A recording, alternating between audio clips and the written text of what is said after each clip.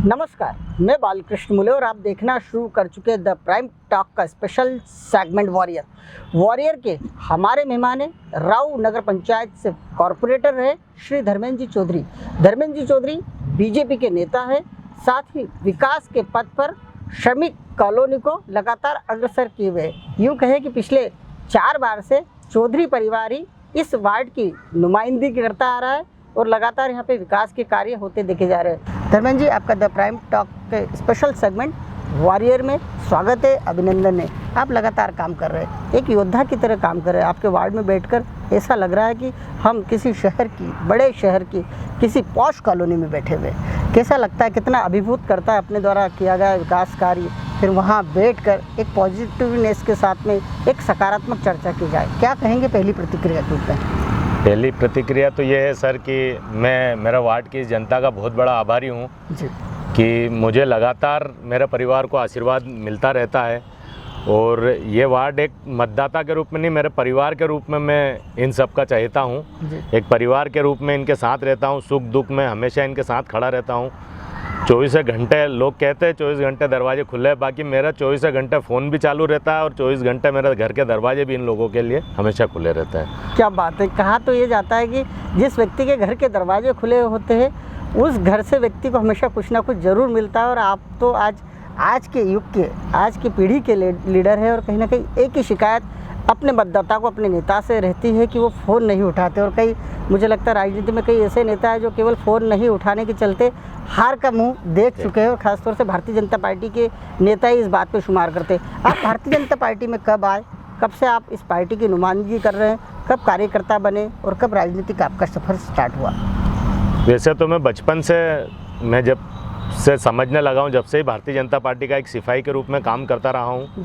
मेरे दादाजी जनसंघ के ज़माने से काम करते हुए आ रहे थे। मेरे दादाजी के बाद मेरे पिताजी ने वो काम संभाला। उसके बाद मैं भी जब से समझा हूँ या मेरा जन्म हुआ, जब से ही मैं भारतीय जनता पार्टी में साथ में हूँ और हमेशा भारतीय जनता पार्टी के एक सच्चे सेवक के रूप में इसकी सेवा करता हूँ। जिस तरह से आपने बात बताई कि आपके दादाजी जनसंघ के ज़माने से भारतीय जनसंघ का काम करते आ रहे थे, कहीं ना कहीं बाद में जाके वो 80 के दशक में भारतीय जनता पार्टी के रूप में एक चुनाव लड़ी और आज एक बड़े विश्वव्यापी संगठन के रूप में भारतीय जनता पार्टी देखी जाती है। दादाजी का जिक्र किया तो हम दादाजी के बारे में जानना चाहेंगे, क्या नाम है उनका? मेरे दादाजी स्वर्गीय श्री शिवजीराम जी सेठ के नाम से पूरे गाँव में फेमस थे। हमारा दूध का काम था जी। और जब से वो किसान आंदोलन हुआ या जो भी पार्टी ने काम दिया था, मतलब भारतीय जनता पार्टी के अच्छे सैनिक थे हमारे। पिताजी के बारे में कुछ बता रहे हैं? मेरे पिताजी मदन लाल जी चौधरी, वो भी भारतीय जनता पार्टी से रावनगर भारतीय जनता पार्टी के अध्यक्ष भी रहे, यहाँ वार्ड से पार्षद भी रहे। एक सहकारी शीतगृह संस्था है, उनके अभी संचालक हैं फिलहाल की उसमें। और एक अखंड ज्योति स्वीट्स के नाम से हमारी होटल हुआ करती थी मेन रोड पे, उसके प्रोपाइटर। कहा तो ये भी जाता है कि आपकी माता जी भी पार्षद रही है इसी वार्ड से, आपकी धर्म पत्नी भी इसी वार्ड से पार्षद रही है। आखिर ये जन सेवा का जो एक सीख है, एक संस्कार है, दादाजी की परंपरा ही आगे बढ़ रही है? दादाजी का एक पुराने, हमारे यहाँ एक चौपाल हुआ करती थी, दादाजी वहाँ बैठते थे। कोई कभी बहुत सारे लोग आते थे कोई समस्या लेके, वो और हम बच्चे थे उसे उनके आसपास खेला करते थे। तो एक देखने में हमको एक बड़ा अच्छा लगता था कि दादाजी उनकी सेवा करते थे। दादाजी उनको कुछ भी सामान, जैसे कभी गेहूँ वगैरह, पुराने ज़माने में तो यही होता था। बिल्कुल। बस उनको देखते ही मुझे प्रेरणा मिली। और एक प्रेरणा हमारे स्वर्गीय पूर्व शिक्षा मंत्री, भूतपूर्व शिक्षा मंत्री लक्ष्मण सिंह गौड़ जी से भी मुझे मिली। उनको भी मैंने एक आदर्श माना है और उनकी भी कार्यशैली जो थी वो मुझे बहुत अच्छी लगती थी। गौड़ साहब की एक कार्यशैली अपने आप में ही बहुत अलग वो अभिभूत कराती थी कि एक झंडे से चुनाव लड़ना, अपने को काम ही ऐसा करना कि झंडे या बैनर की जरूरत नहीं पड़े। बिल्कुल सही कहा। और उनके आशीर्वाद से और सब मतदाताओं के आशीर्वाद से मेरा भी यही काम है कि मुझे यहाँ झंडे बैनर की ज़रूरत नहीं पड़ती है। बगैर खर्चे से मैं इस वार्ड में चुनाव जीतता आया हूँ। बिल्कुल धर्मेंद्र जी, आपने जिस तरह से लखन दादा का नाम लिया और लखन दादा का व्यक्तित्व पूरे इंदौर शहर में बोलता है, और जिस तरह से आप राऊ में बैठकर लक्ष्मण सिंह जी गौड़ का नाम ले रहे हो, उनके व्यक्तित्व से अभिभूत है, उनको आपने अपना आदर्श माना। जिस तरह से उन्होंने एक झंडे के बल पर कई बड़े बड़े चुनाव लड़े और जनसेवा को ही अपना मूल मंत्र माना और कहीं ना कहीं उसी लक्ष्य, उसी मूल मंत्र को आप भी मानते जा रहे हैं। ख़ासतौर से देखा जा रहा है कि आपका जो श्रमिक कॉलोनी का जो वार्ड है, 4 नंबर वार्ड है, यह विकास काफ़ी किए गए। क्या क्या विकास किए गए पिछले 20 सालों में? क्योंकि पिछले 20 सालों से 2 दशक से यूँ कहे कि आप ही का परिवार जो है इस वार्ड की नुमाइंदगी कर रहा है, पार्षदी कर रहा है, कॉर्पोरेटरशिप कर रहा है। कहा ये जाए 20 सालों से हम मेरा परिवार में सभी पार्षद रहे हैं। यहाँ सारी रोडें जो अभी तक नहीं थी, सारी रोडें बनाने ने काम किया है। सारी ड्रेनेज जो अंडरग्राउंड लाइन ड्रेनेज की वो पूरी, स्ट्रीट लाइट, बगीचे, ये गार्डन, ये गेट अभी आप देख रहे हैं अभी जस्ट तैयार होकर उद्घाटन के उस पर था। बाकी माननीय कैलाश जी जोशी शांत हो गए तो उसके कारण उनका उद्घाटन अभी डिले में है। और तकरीबन अभी जस्ट मैं मेरे कार्यकाल का बताऊं तो मैंने कम से कम 1.5 से 2 करोड़ रुपए के कार्य अभी इस वार्ड में करवा चुका हूं, विकास कार्य। बिल्कुल सही कहा धर्मेंद्र जी आपने। कहा ये जाता है कि जिस तरह से राऊ नगर पंचायत का नाम जो है काफ़ी सिरमौर देखा जाता है स्वच्छता की दिशा में, किस तरह का काम हुआ है? अब तो राऊ नगर पंचायत जो है दूसरी मर्तबा पहले पायदान पर पूरे देश भर में देखा गया है, अवार्डेड नगर पंचायत है। स्वच्छता को लेकर मिसाल बहुत पहले यहाँ पे पेश होती रही है। किस तरह शुरुआत हुई थी स्वच्छता की दिशा में, किस तरह कदम बढ़े थे राऊ नगर पंचायत के? स्वच्छता के हिसाब से देखे जाए तो हमारे रामनगर के अध्यक्ष है श्री शिवनारायण जी डिंगू, उन्होंने बहुत प्रयास किया है। यहाँ पहले एक सुअरों का एक पूरा विकराल वो हुआ करता था, झुंड का झुंड, जहाँ देखे अभी यहाँ बैठना अपना दुबर हो जाता था। बाकी शिवनारायण डिंगू जी ने पर्सनली उससे दुश्मनी लेके मतलब तू में या हाथापाई की भी कह सकते हैं, वहाँ तक की नौबत ला के सुअरों से मुक्त कराया। और हमारे सारे पार्षद जो 15 ही पार्षद हैं वो आज की तारीख में सब यंग है और सब विकास के नाम पे और स्वच्छता के माननीय मोदी जी का जो मॉडल था स्वच्छ भारत, उसमें पूरा दिन रात भिड़े हुए हैं। हमारे यहाँ के सफाई कर्मी तीनों दरोगा, प्रेम शिंदे जी, बाबूलाल जी, गोसर जी, राधेश्याम जी, और हमारे सफाई इंस्पेक्टर जैन साहब और अपने राठी जी, और खासकर सीएमओ साहब की अच्छी मेहनत है।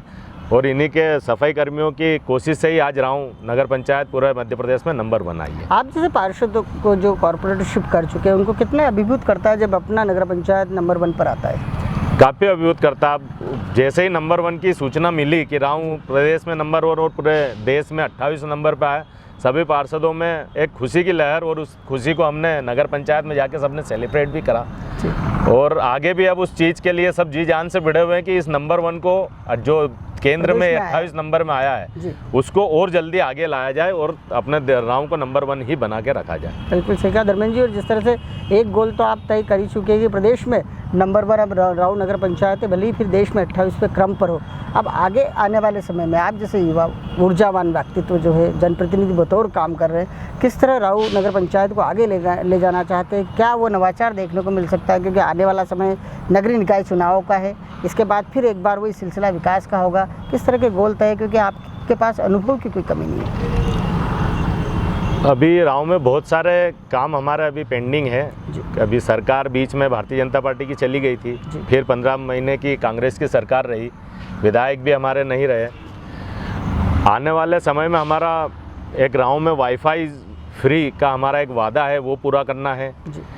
गार्डन है 3-4 श्रमिक कॉलोनी में भी 2 गार्डन हमारे पेंडिंग है, वो करना है। राऊ में एक तालाब है जो करीब 125 एकड़ का तालाब है, वो राऊ का और आसपास के कई गांवों का एक जल का एक स्रोत माना जाता है। उसके लिए हमने माननीय मंत्री जी से भी बात करी है। माननीय मंत्री तुलसी सिलावट जी जल संसाधन मंत्री है, उन्होंने हामी भरी है। मेरे ख्याल से 2 या 4 दिन के अंदर वो यहाँ आके उस चीज़ का दौरा करेंगे। और नगर पंचायत अध्यक्ष शिवनारायण जी डिंगू उस काम में लगे हुए हैं। आने वाले टाइम में राऊ में बहुत सारे विकास कार्य हम भारतीय जनता पार्टी के और हमारी परिषद के माध्यम से करेंगे। देखा जा रहा है कि भारतीय जनता पार्टी युवा नेतृत्व को आगे बढ़ा रही है। आपकी किस तरह की अपेक्षा है, आकांक्षा है? क्या राऊ नगर पंचायत तक सिमट कर काम करना है या फिर संगठन में भी आप अच्छी पकड़ रखते हैं, वहाँ भी कोई पद है आपके पास? संगठन में मेरे पास राऊ नगर से महामंत्री का पद है। और रही आगे की बात तो ये तो संगठन हमारा तय करता है कि किसको कहाँ चुनाव। मैं अपनी कोशिश पूरी करूँगा।